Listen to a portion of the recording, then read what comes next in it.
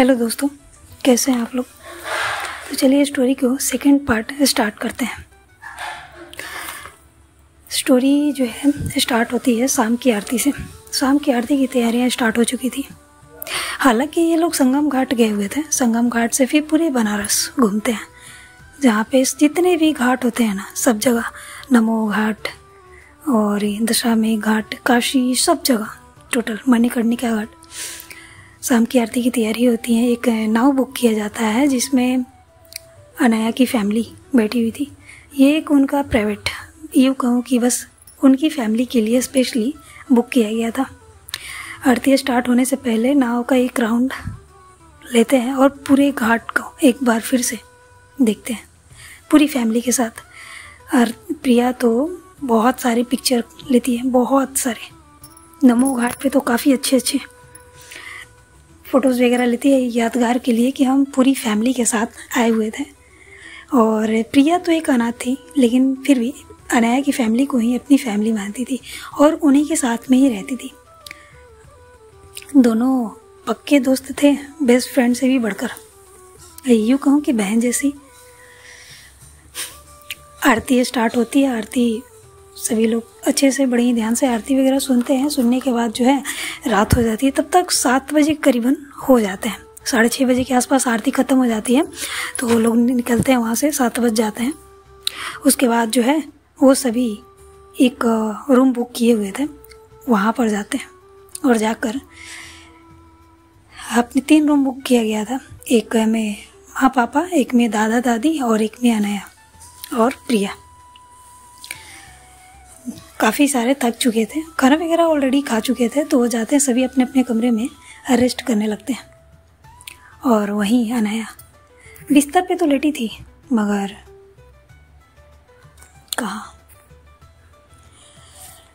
उसकी आंखों के सामने बस आकृति का चेहरा घूम रहा था, बेहद ही खूबसूरत। उसकी ब्राउन आइज, वाओ। अनाया की आंखों में बस चुका था। उसके चेहरे पे बहुत ही प्यारी स्माइल थी। स्माइल करते हुए छत की तरफ देखते हुए मन ही मन कहती है, कौन हो तुम, कहाँ हो, क्या फिर से मुलाकात होगी। वो खुद से ही खुद के अंदर यानी कि मन में ही बातें कर रही थी। वहीं दूसरी तरफ जो थी आकृति, वो लोग भी अपने घर जा चुके थे शाम की आरती के बाद। आकृति बनारस की ही रहने वाली थी, तो वो अपने घर जा चुकी थी। घर जाने के बाद घर के कामों में माँ का हेल्प करती है, जैसे कि रात की खाना वगैरह सब बनता है। बनने के बाद जो है सब लोग साथ में डिनर करते हैं। आज उन लोगों ने डिनर थोड़ा जल्दी कर लिया था, क्योंकि सभी जो है काफ़ी थक चुके थे और रेस्ट भी करना था। तो डिनर वगैरह करके सभी अपने अपने कमरे में चले जाते हैं। यहाँ पर आकृति का उसका खुद का एक कमरा होता है। आकृति भी हालांकि वो कह सकते हैं मिडिल क्लास फैमिली से थोड़ी ऊपर की लेवल की थी, कह सकते हैं, ना अमीर ना गरीब, बीच बीच। हालांकि मिडिल उसको बोलते हैं, लेकिन मिडिल से भी बेहतर लाइफ उसका चल रहा था, क्योंकि वो खुद एक टीचर थी। आकृति एक टीचर थी, उसके पापा गवर्नमेंट जॉब में थे, जो कि एक पुलिस कांस्टेबल कह सकते हैं, और उनके रिटायरमेंट का भी टाइम आ चुका था। उनकी माँ एक हाउसवाइफ थी। उसकी छोटी बहन, जिस कॉलेज में आकृति पढ़ाती थी उसी कॉलेज में वो पढ़ती थी, उसकी छोटी बहन रूही।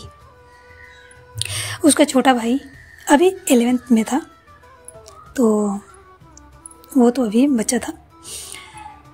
आकृति भी अपने कमरे में जाती है, जाकर कुछ काम करती है रूम में। उसके बाद जो है बेड पर लेट जाती है और अपनी आंखें बंद करके अपनी बाहों में तकिए को ले लेती है, लेकर आंखें बंद कर लेती है। अभी आंखें बंद किए करीबन 2 मिनट ही हुए थे, तुरंत उसकी आंखें खुल जाती है।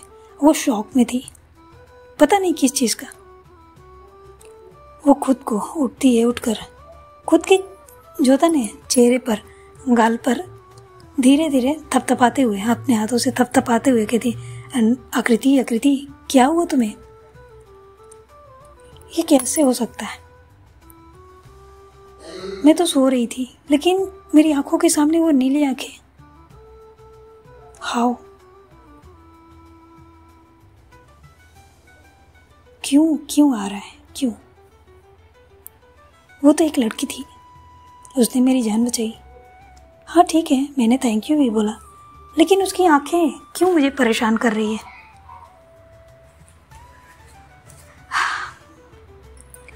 वो खुद को समझाती है, समझाकर फिर से सोने की कोशिश करती है, लेकिन कहाँ नींद आती है। इधर आकृति भी बेचैन थी, उधर अनाया भी। उसकी आंखों में तो नींद की एक कतरा भी नहीं था। प्रिया तो मस्त था, वो अपने सो चुकी थी, काफ़ी थक चुकी थी, वो भी सो चुकी थी, लेकिन अनाया की आंखों में ज़रा भी नींद नहीं था।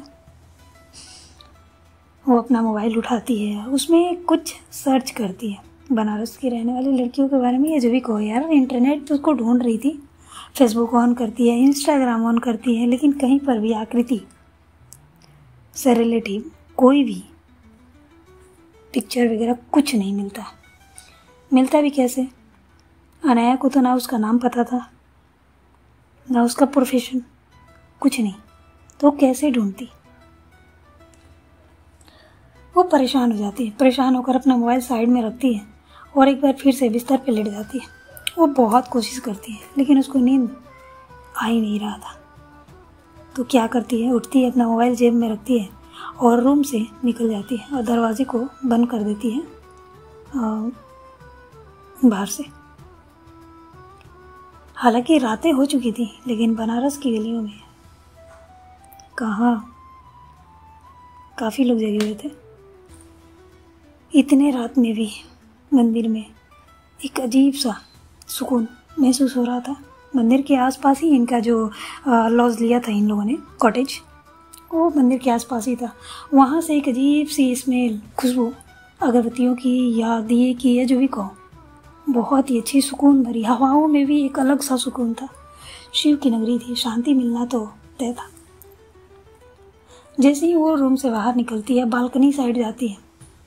बालकनी रूम से बाहर था, एक होता नहीं कॉरिडोर टाइप का, वहाँ जाती है। जाकर वहाँ खड़ी हो जाती है, बाहर की तरफ देखते हुए मन ही मन कहती है, क्या हो गया है मुझे? क्यों? हे भोलेनाथ। ये बोलते हुए भी उसके चेहरे पर स्माइल थी। वहीं पर आकृति भी काफ़ी बेचैन रहती है, लेकिन उस बेचैनी में भी थके होने के कारण उसको नींद आ जाती है, वो सो जाती है। इसी तरह जो होता है, सुबह हो जाती है। सुबह होने के बाद सबको अपने अपने घर निकलना था, जैसे कि अनाया की फैमिली भी जाने के लिए तैयार थी। उनका ट्रेन था और वो पुणे जाने वाली थी। अनाया को जाने का मन नहीं था, वो आकृति को ढूंढना चाहती थी, उसे एक बार मिलना चाहती थी। उसने ऊपर वाले से दुआ मांगा था कि जाने से पहले उसे एक बार ज़रूर मिला दे, लेकिन लगता था उसे ऐसा लगता है कि शायद वो नहीं मिल पाएगी और पुणे जाने के बाद फिर बनारस आना शायद पॉसिबल ना हो या फिर बहुत टाइम लग जाए। लेकिन वो फिर भी एक बार आकृति से मिलना चाहती थी। वो अपने कमरे में जाती है।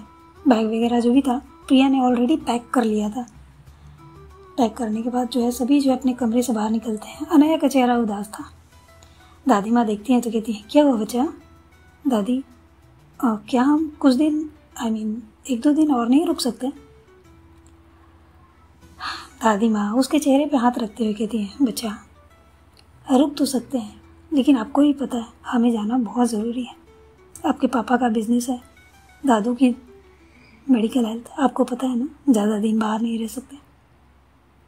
हाँ दादी, क्या मैं नहीं रुक सकती यहाँ पे? अनाया की माँ उसको डांटते हुए कहती है, अनाया बिहेव। क्या है ये?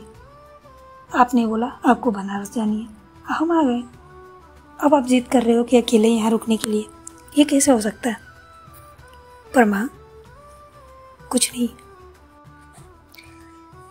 अनाया जो है चुप हो जाती है। अब वो क्या ही बोले, क्या बहाना बनाए कि उसको यहाँ रुकना है।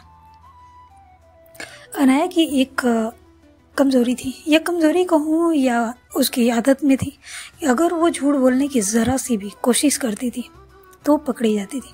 वो इसलिए क्योंकि वो जब भी वो झूठ बोलती थी, उसका जो हाथ था लेफ्ट हैंड, वो पता नहीं क्यों कैसे, किसी को इस चीज़ का कारण अभी तक पता नहीं चला, उसके जो लेफ्ट हैंड था वो थोड़ा कांपने लगता था। डॉक्टर को भी दिखाया गया, ये कोई बीमारी नहीं थी, ये कह सकते हैं दिमाग से रिलेटिव थी। जब भी उसका दिल या उसका मन जो भी हो, जब भी वो झूठ बोलने की कोशिश करती थी तो उसका ये हैंड जो है काफ़ी रिएक्ट करता था।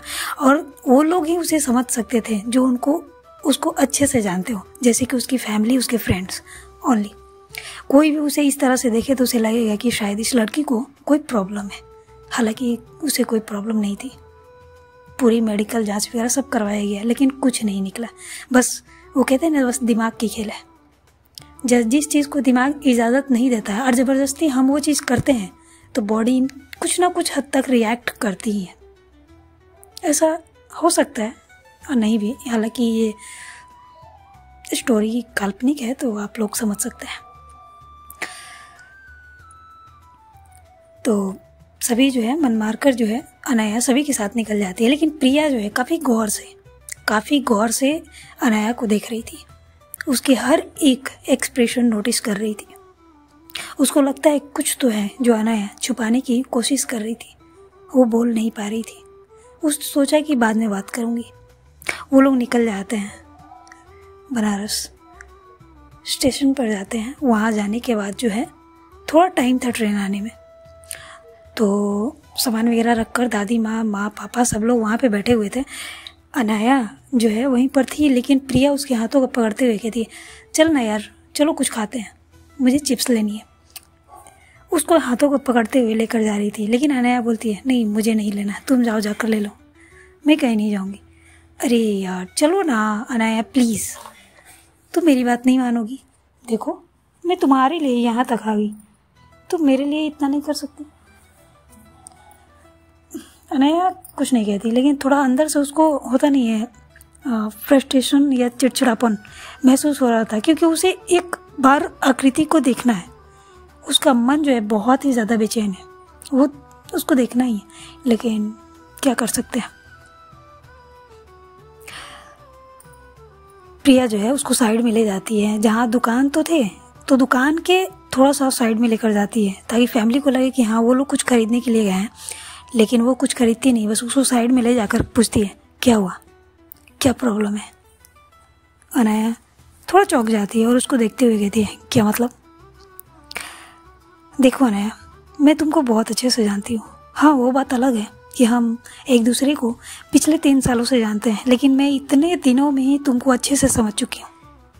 क्या छुपा रही हो, क्या चल रहा है तुम्हारे मन में। अनाया क्या ही बोलती, अपने नज़रें जो है इधर उधर करने लगी। तो प्रिया जो है उसके हाथों को पकड़ती है और वहीं पर थोड़ी सी जगह थी बैठने के लिए, वहाँ बैठती है उसको लेकर और कहती है, अनाया प्लीज़ जो भी है सच्चा से बताओ, हो सकता है कि मैं तुम्हारी कोई हेल्प कर सकूं। अनाया को भी ये बात सही लगती है, क्योंकि अक्सर जो है ना अनाया की बातें घर में अगर कोई नहीं भी मानता तो प्रिया उन्हें मना लेती थी। प्रिया को भी घर में लोग सभी बहुत अच्छे से जानते थे और प्यार भी करते थे, क्योंकि वो लोग दूसरी बेटी मानते थे। तो अनाया जो है कुछ सोचते हुए प्रिया को सारी बातें बताती है, सब कुछ। वैसे तो प्रिया सब कुछ जानती थी, लेकिन वो ये नहीं जानती थी कि उसके मन में क्या चल रही है, उसकी आंखों में क्या है। और प्रिया ये सुनती है और चौंक जाती है और कहती, कहीं तुम्हें लव एट फर्स्ट साइट तो नहीं हो गया। ये सुनते ही अनाया चौंक जाती है और चौंकते हुए उसको देखते हुए, क्या क्या कह रही है। हाँ तुम्हारे हरकतें और तुम्हें बोलने के अंदाज से तो यही लगता है कि तुम्हें वो लड़की पसंद आ गई है। ऐसा कुछ नहीं है। अगर ऐसा कुछ नहीं होता तो तुम इतनी बेचैन क्यों रहती, क्यों तुम्हें उसको देखने का, उससे मिलने का मन कर रहा है। क्या है उसके अंदर, एक अजनबी के लिए तुम इतना बेचैन क्यों हो। अनाया चुप हो जाती है और क्या बोले। प्रिया कहती है, एक काम करो, अपनी आंखें बंद करो और अपने जीवन की सबसे खास लोगों को याद करो, तुम्हें तुम्हारे सवालों का जवाब मिल जाएगा। क्या मतलब, करो तो मुझ पे विश्वास करो और करो। अनाया भी ऐसी करती है, अपनी आंखें बंद करती है और अपनी लाइफ से जुड़े अपने जिससे वो प्यार करती है सबको याद करती है। उसके दादी बाबा पापा मम्मी, प्रिया भी थी, लेकिन उसके कॉलेज फ्रेंड में से किसी का चेहरा उसके मन में नहीं आता है सिवाय आकृति के। आकृति बार बार उसके वो स्माइल जो पीछे पलट कर एक बार देखते हुए उसको छोटी सी स्माइल दी थी, वो स्माइल उसकी आंखों के सामने बार बार आ रहा था। अब वो स्माइल देखते हुए भी आंखें बंद थी लेकिन उसके चेहरे पर स्माइल आ जाती है। और ये देखकर प्रिया शॉक में चली जाती है। क्या सच में? अनाया अपनी आंखें खोलती है और प्रिया को देखती है। प्रिया तो शॉक थी, आंखें बड़ी बड़ी बस उसी को देखे जा रही थी कि क्या हुआ, तुम ऐसे क्यों मुझे देख रही हो? अरे यार, तुम्हारी स्माइल कितनी प्यारी थी, तुम इसी तरह मुस्कुराते रहो, बहुत अच्छी लगती हो। क्या स्माइल? हाँ। अच्छा वो छोड़ो, क्या देखा तुमने? अनाया कहती है यार उसका भी चेहरा शामिल था, बार बार उसकी वो मुस्कुराती हुई चेहरा, वो स्माइल, वो लिप्स जो स्माइल करते हुए जो शेप बने थे, वो उसकी आंखें जिस पे चमकती, वो सब कुछ। लो गई। क्या गई? अरे तुम गई, तुम्हारे दिल के दरवाजे खुल चुके हैं और उस दिल में उस मैडम ने एंट्री मार दिया है। क्या बात कर रही है? हाँ मैं सच बोल रही हूँ, दादी माँ को उनकी बहू मिल गई। व्हाट? तुम्हारा दिमाग खराब है? वो उड़ जाती है, उठ कर जाने लगती है। प्रिया जो उसके हाथों को पकड़ लेती है और कहती है सुन मेरी बात, तुम्हें उससे मिलना है? हाँ मिलना है। तो एक काम करते हैं, अभी हम घर चलते हैं। वैसे भी हमारा कॉलेज स्टार्ट होने में करीबन अभी 1 हफ्ते हैं। हाँ तो हम कॉलेज का बहाना बनाकर निकल सकते हैं ना? पागल है क्या? मैं झूठ नहीं बोलूँगी, तुम्हें भी पता है मैं झूठ नहीं बोलती। हाँ पता है तुम झूठ नहीं बोलती, सबको पता है। झूठ बोलती तो हो लेकिन तुरंत पकड़ी जाती हो। क्या करें, तुम्हारा बॉडी ही तुम्हारा साथ नहीं देता है। हाँ तो ठीक है ना, तो तुम चिंता मत करो, मैं मना लूँगी। ओके पक्का? हाँ पक्का। ठीक है फिर चलें। जैसे ही वो जाने लगती है तो अनाया कहती है और जिस चीज़ को लेने के बहाना बनाकर इधर आई थी वो तो ले लो। क्या मतलब? अरे चिप्स का पैकेट ले लो, दादी माँ पूछेंगी तो क्या कहोगी? अरे हाँ मैं तो भूल ही गई। वो जाती है वहाँ से 2 पैकेट चिप्स लेती है और जहाँ पर फैमिली थे वहाँ पे चली जाती है। कुछ देर बाद ट्रेन आती है, सभी ट्रेन में बैठते हैं और वहाँ से निकल जाते हैं। लेकिन कहीं ना कहीं अनाया के दिल में एक छोटा सा था हो काश कि वो एक बार आकृति को देख पाती।